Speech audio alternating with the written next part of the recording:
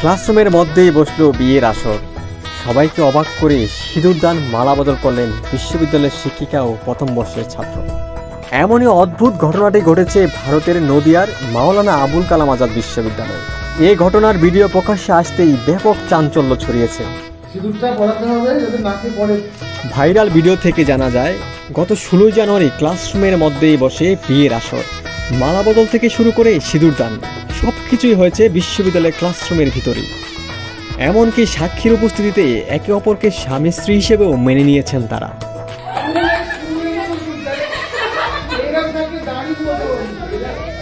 বিশ্ববিদ্যালয়ে এমন বিয়ের আসরকে ঘিরে ইতিমধ্যেই সমালোচনার ঝড় উঠেছে।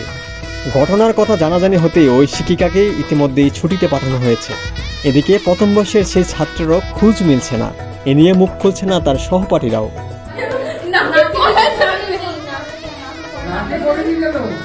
বিশ্ববিদ্যালয়ের ভারপ্রাপ্ত উপাচার্য তাপস চক্রবর্তী জানান, বিভাগীয় প্রধানের বিরুদ্ধে তদন্ত শুরু হয়েছে। ক্লাসরুমে তার এমন আচরণের জন্য ব্যাখ্যাও চাওয়া হয়েছে।